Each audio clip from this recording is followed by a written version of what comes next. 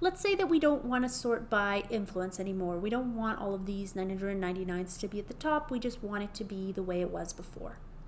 Well, we can use the second way of sorting. The second way of sorting is you click somewhere within the column that you want to sort by. In this case, since we want to go back to the beginning, let's sort by the ID numbers of all of the people who answered the questions. And that's in this column, Respondent ID, which is abbreviated as RESP ID. So we know that we want to put all of the ID numbers in order again. So you can click anywhere within this column, and then you use the second way of sorting, which is to go to the Data menu at the top of your Google Sheets window, and then the very two first options are to sort your spreadsheet.